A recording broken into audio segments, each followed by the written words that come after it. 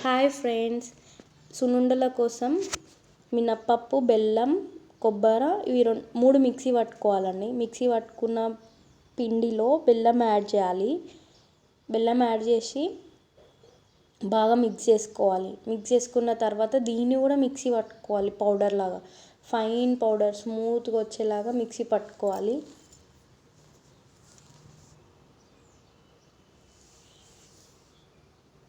Mixie పట్టుకుంటున్నాను చూడండి. ఈ రెండింటిని మిక్సీ పట్టుకుంటే సాఫ్ట్గా అయిపోతుంది పిండి ఇంకా బెల్లం. చూడండి, ఈ విధంగా మిక్సీ పట్టుకొని పక్కకు పెట్టుకోవాలి.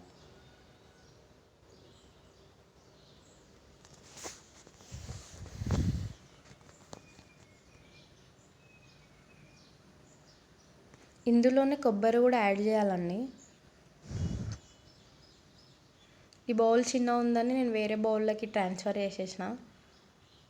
ఇప్పుడు దాంట్లో కొబ్బరి కూడా పట్టి పెట్టుకున్న దాన్ని కూడా దాంట్లో యాడ్ చేసేసేయాలి. బాగా మిక్స్ చేసుకోవాలండి. ఏమన్నా కొబ్బరి ఉండల్లో ఉంటే తీసేసి పక్కన పెట్టుకోవాలి. నెయ్యి అండి, హోమ్ మేడ్ నెయ్యి. ఈ నెయ్యిని కాగబెట్టి చల్లారిన తర్వాత ఆ మిశ్రమంలో పోసేయాలి.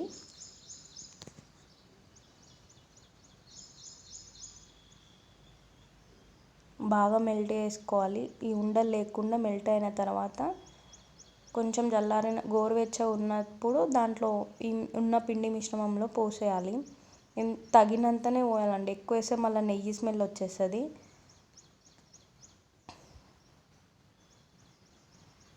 కన్సిస్టెన్సీ చూసుకొని పోస్తే బెటర్. ఎక్కువ పోసినా మళ్ళీ నెయ్యి స్మెల్ వస్తుంది.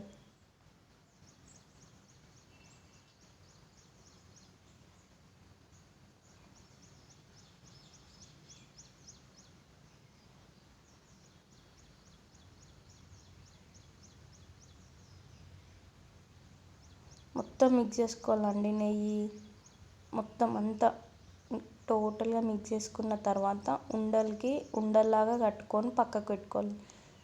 ఇవి 1 month అయినా స్టోర్ ఉంటాయండి. ఏం స్మెల్ రావు, ఖరాబ్ కావు, ఏం కావు. ఎందుకంటే మనం అన్నీ వేయించి పెట్టుకున్నవి కదా. వేయించి పెట్టుకున్నప్పుడు ఇట్లా స్మెల్ ఏం రావు. అంతే, ఉండలాగా చేసుకొని బౌల్లో సర్వ్ చేసుకోవడమే. అంతే, టేస్టీ సున్నుండలు ఈజ్ రెడీ. మరిన్ని వీడియోస్ కోసం నా ఛానల్ని సబ్స్క్రైబ్ చేసుకోండి. నాకు సపోర్ట్ ఉండండి ఫ్రెండ్స్, ప్లీజ్.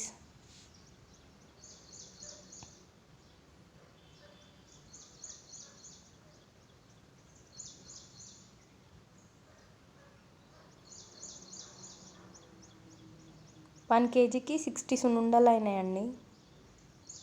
1 kg మినప్పప్పు.